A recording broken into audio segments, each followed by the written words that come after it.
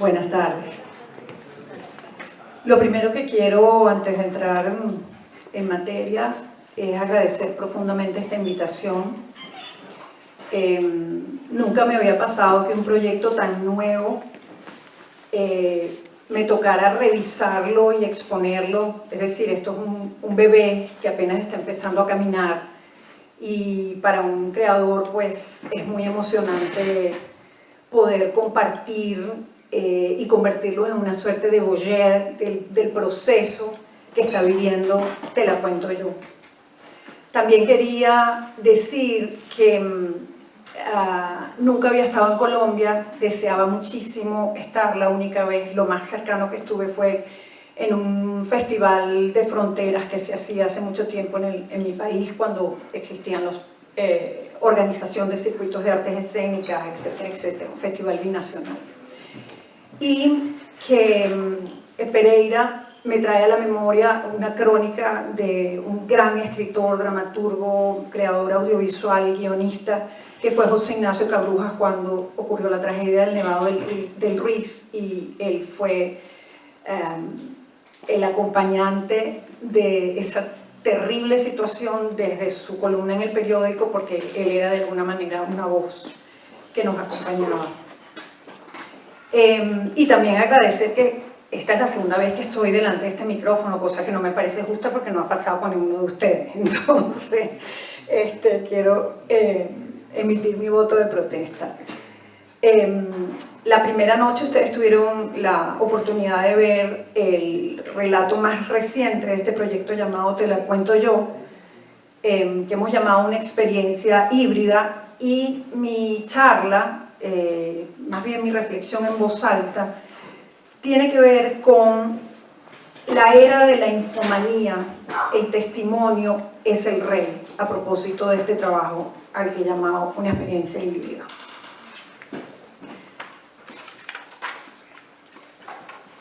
Sostiene el filósofo germano de origen coreano Byung-Chul Han, que está considerado en este momento un rock star de la filosofía, porque, como decía Luciano anteriormente en su charla, en su reflexión, que me dejó pensando muchas cosas, se encarga de traducir no solamente a Heidegger, sino de tratar de interpretar en el momento presente la pérdida de los paradigmas que han sostenido a la sociedad occidental.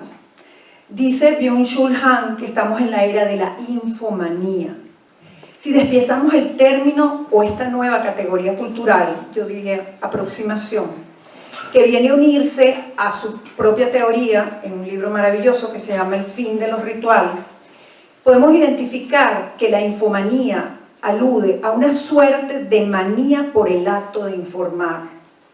No me quiero referir aquí a la obviedad de que todo periodista, porque por supuesto la información está relacionada con el ejercicio del periodismo, es un obseso de la develación, de la búsqueda incesante por descubrir esos mecanismos del poder de la sociedad, el tema del cuarto poder, etc., de la necesidad intrínseca de descubrir cuáles son esos mecanismos que aceptan una sociedad en esa máxima que es el periodista como servidor público, y ni siquiera esa frase hecha, la búsqueda de la verdad. Chul Han sostiene que en esta era posmoderna es más importante decir que lo que se dice. Es decir, no importa la calidad de la información, y de allí al reino de las fake news, solo un paso. Han entonces deja atrás el concepto de otro autor que para mí es fundamental en esta concepción y revisión del proyecto Te la cuento yo, que por supuesto es Marshall McLuhan. Abro comillas, todos los medios son metáforas activas por su poder de traducir la experiencia en formas nuevas, y a la vez obliga a reflexionar sobre el trabajo de McLuhan, quien equipara las eras de la humanidad, la civilización, con la evolución de la escritura, agrícola, mecánica, eléctrica, medios de comunicación, y la tecnológica, que es la de mayor relevancia en su trabajo de investigación. Sobre la aldea global se derraman bondades por la posibilidad de integrar nuevos imaginarios, formas culturales diversas. En fin, nos plantea la posibilidad de la diversidad y la tolerancia de lo otro, Asimismo, en su archiconocido aforismo, en medio del mensaje, el usuario es en realidad el contenido y ese mismo medio moldea al usuario. Hablaba ya de TikTok y redes sin saberlo. No obstante, otra tercera pata de esta reflexión es el filósofo argentino Néstor García Canclini, autor de la categoría cultural de las culturas híbridas que tanto enriqueció a la aldea global. Y en su reciente trabajo, García Canclini plantea que la aldea global de McLuhan llegó a su fin, que la globalización llegó a su fin, porque los ciudadanos hemos sido reemplazados por algoritmos. A lo largo de un trabajo de 6 capítulos sostiene que hemos llegado al fin de la era global y estamos entrando en la tiranía del algoritmo que plantea un reemplazo de la ciudadanía por el algoritmo, que además es unificador y edificador de un nuevo hombre en masa. La fragmentación multicultural tan celebrada de la posmodernidad entonces ha disuelto el sentido de la gestión de lo político, la polis, que viene a ser lo contrario al Estado. Funciona así. Nuestros comportamientos, gustos y opiniones son capturados y procesados por una suerte de inteligencia suprema y desconocida, y a partir de allí son reforzados sin posibilidades de fisura ni disidencia. Quedamos entonces subordinados a inmensas corporaciones que van demoliendo la ciudadanía y despolitizando, es decir, destruyendo la polis. Canclini entonces plantea que las bases culturales de la ciudadanía han sido quebradas, que la gestión de lo político recae única y exclusivamente en estos momentos en los gobiernos y que el estándar técnico, la TECNE, homogeneiza las prácticas culturales diversas y construye y a la vez detona hábitos de consumo comunes. Pues las tecnologías digitales asociadas a la globalización socioeconómica y cultural fomentan certeza, más información y entretenimiento, espacios aparentes para debatir y participar, acceso a bienes, mensajes y servicios muchas veces no disponibles en la propia nación. Para poder entrar entonces en la experiencia mixta que venimos trabajando con el equipo de Pistazo en Venezuela, es importante sumar otro concepto garcía-cancliano, la desciudadanización, para poder comprender el alcance que tiene poder contar historias, es decir, contenido real, no entretenimiento, aunque aquí puedo hacer una digresión. El entretenimiento, el entretenerse, el estar entre dos, según el concepto brechtiano, es muy distinto al entretenimiento planteado por la industria propia del entretenimiento o del más medio. Tener entre dos es invitar al otro a ser parte de, a diverger o a disentir, aceptando que lo otro es distinto e incorporarlo como una suerte de síntesis, como lo que plantea de alguna manera la física cuántica. Sin embargo, estamos trabajando desde el algoritmo de YouTube, ¿verdad? 3 elementos entonces plantea García Canclini: la elitización de los partidos, la desconexión de las bases sociales, la mercantilización de los medios, que termina por apagar la función social, y la percepción ciudadana de que los problemas de base no son atendidos. Parafraseando García Canclini, un pacto ha sido quebrado y la contención que representaba antes el pacto entre Estados y empresas y derechos sociales que daban sentido a la concepción moderna y democrática de la ciudadanía ha desaparecido. Expresa contundente, se trata de la descomposición y del retroceso de la idea de democracia.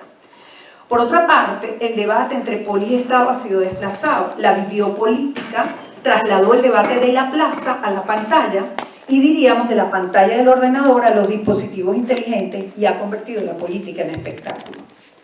Importante es comprender el contexto en el que está propuesto este trabajo de Te la cuento yo. Venimos de la República Bolivariana de Venezuela, un país que ha vivido un proceso que un gran poeta y filósofo de nuestro país, Armando Rojas Guardia, califica como catástrofe civilizatoria. Algunas cifras: 6 millones de desplazados, 84 medios de comunicación entre estaciones de radio, plantas de televisión y periódicos, no existen los diarios impresos, 246 violaciones a la libertad de expresión, 161 casos de intimidación y 144 de censura. Este mismo trabajo que tuvieron la oportunidad de ver está producido por un medio bloqueado en mi país, Para acceder a poderlo ver es necesario tener una aplicación llamada VPN. Particularmente a mí me interesa la mirada de Han por dos motivos que entroncan con mi trabajo. El proyecto Te la cuento yo, que como ya les dije la primera noche, comenzó como una propuesta de reconstrucción del tejido social de Venezuela dentro de la convocatoria hecha por la Comisión Plan País Cultura, una suerte de comités en todas las áreas de desarrollo para conformar comisiones que iban a trabajar en la reconstrucción del tejido social en el llamado periodo de transición, de transformación, que no ha llegado a Venezuela, cuando pensábamos que estábamos cerca de conseguirlo y por ahora se ve muy lejos en el horizonte. Este proyecto fue concebido como una expresión de arteterapia. Encontró un caldo de cultivo y apoyo restricto cuando fue recibido por el portal periodístico del Pitazo. Como les dije también la primera noche, el Pitazo ha venido experimentando nuevos caminos para el periodismo performántico, que se trata de abrir la posibilidad de la representación de la realidad, de alguna manera, sin por ello alterar los contenidos. En un principio lo llamé barriodrama, porque los barrios en Venezuela son las zonas populares, que son de alguna manera los que han sufrido de una manera mucho más feroz el tema de la crisis civilizatoria. Cuando me refiero a crisis civilizatoria me refiero a las largas horas de apagones, el problema con los servicios públicos, el tema con la crisis económica, la devaluación, etcétera, etcétera. De alguna manera, esa despolitización y esa destrucción de la ciudadanía les afecta, por supuesto, con muchísima más fuerza a toda este conjunto de ciudadanos. De manera que la idea era recoger las historias que los habitantes quisieran convertir, no solamente con el objeto de enseñarles algún mecanismo creativo, hermoso, siempre la belleza, por supuesto, como una posibilidad de mediación, para dirimir conflictos, sino también para gestionar sus sueños y sus aspiraciones. Estas historias, ellos las convertirían en piezas de teatro y luego esas piezas de teatro se iban a filmar. Llegó la pandemia, el proyecto se paralizó, los ciudadanos tuvieron que ocuparse de, con los pocos datos y las horas de luz que tenían, ver cómo ponían el pan en la mesa, y yo me negué a que el proyecto muriera. Los contacté, los mantuve conectados a la posibilidad de contar sus historias a través de ejercicios que les mandaba vía WhatsApp y mensajes de texto, y curiosamente no lo pudimos, es decir, yo lo rendericé, pero no lo pude proyectar. Se los voy a mandar también con los materiales que quedaron pendientes. La primera historia de uno de los que no se rindió es la de un venezolano que en el proceso de migración forzosa que hemos vivido con el resultado de estos 6 millones de desplazados por todo el mundo, fue la historia de un muchacho venezolano que vino a Colombia buscando su familia. La historia se llama El Ángel de Bucaramanga, y bueno, la quería compartir con ustedes hoy. Sí, es un cortometraje de 15 minutos, pero bueno, no fue posible, la verán después. Así que de alguna manera este proyecto estaba destinado a llegar aquí a Colombia. Bueno, el segundo aspecto que quiero compartir de este proyecto y que me conecta con el señor Han es la preocupación que tiene sobre la pérdida de los rituales. Yo planteo entonces que el testimonio, y por supuesto la posibilidad de llevar ese testimonio al formato de la teatral, es una posibilidad de recuperación del ritual. El testimonio es una afirmación de algo. Proviene del griego testis, testigo, y monio, calidad, de manera que es una prueba que sirve para confirmar la verdad o existencia de una cosa. El doctor Viktor Franklin, en su magnífico libro El hombre en busca de sentido, dice lo siguiente: aparte de su función como mecanismo de defensa, la apatía de los prisioneros era también el resultado de otros factores. Hambre, falta de sueño contribuían a ella, igual que ocurre en la vida normal, así como la irritabilidad en general, que era otra de las características del estado mental de los prisioneros. Aludo a Viktor Franklin porque creo que su trabajo, El hombre en busca de sentido, es uno de los testimonios más importantes para dejar por sentado una historia que por supuesto no debe volver a ocurrir, que es el exterminio de 6 millones de judíos por parte de los nazis, pero como ustedes saben, Viktor Frankl se negó a convertirse en una víctima, se convirtió en un propio estudioso del proceso que estaba viviendo e incluso generó dentro de esa propia situación límite una teoría de terapia que se llama la logoterapia.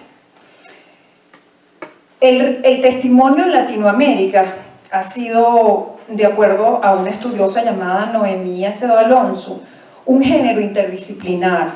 Bebe de la historiografía y bebe de la narración de los testigos.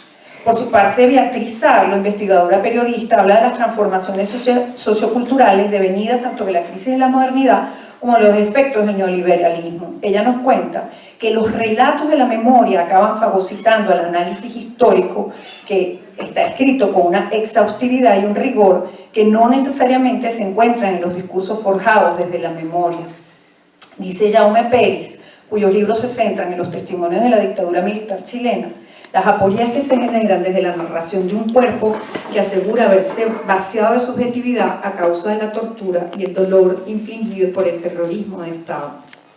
Guillaume Bonchamp le habla a Ricardo Corazón de la Vega. No son las cosas, sino la información lo que determina el mundo que vivimos. No cosas del libro de Jules Hahn, escrito publicado en 2021, que aborda la desmaterialización del mundo actual. Desaparecen las cosas sin que nos demos cuenta. No las desaparece un régimen policial o un autoritarismo, aunque invito a Hahn a Venezuela, sino el frenesí de comunicación e información lo que las hace desaparecer. Vivimos en el reino de la información que se antepone a las cosas y las desaparece.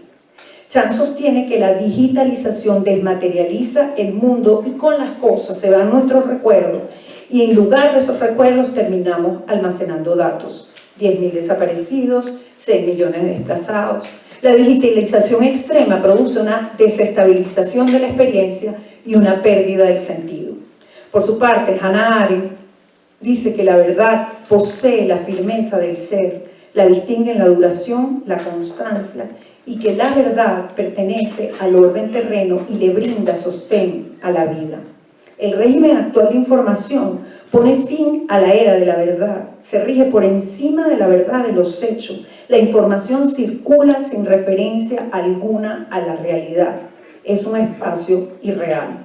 Agrego yo, sin cosas no hay relato cuando no hay experiencia que narrar, sin experiencia no hay vida y no hay posibilidad de representación. Corremos entonces detrás de la información, nos llenamos de datos sin llegar al conocimiento, nos comunicamos sin formar parte de una real comunidad. Tras la experiencia de estos trabajos hechos desde la narrativa audiovisual que lee un texto dramatúrgico que a la vez es la lectura de un hecho real, me he convencido que desde el ejercicio de la memoria personal convertida en una experiencia de hibridación de relato, memoria y transposición de formato, estamos desafiando de alguna manera la posverdad y el mundo de las no cosas, recuperando la posibilidad de una ceremonia como a la que invita el arte, una posibilidad breve de contemplación, de una verdad del horror infligida en el cuerpo de una ciudadanía que se niega aún desde espacios de resistencia a claudicar en su ser. Te la cuento yo, es también la realización de un sueño, de abrir nuevos caminos para el periodismo y de hacer de la tribuna de la recreación ficcional un espacio de compañía y construcción colectiva para la reparación de historias que no deben volver a repetirse. Para cerrar con Chan, vivimos la desintegración de las arquitecturas temporales, estabilizadoras y constructoras del ser como son los rituales. El teatro entonces se ofrece como una ceremonia de la sombra colectiva para suspender el tiempo, para recoger en un momento la fidelidad, el compromiso y la observación atenta.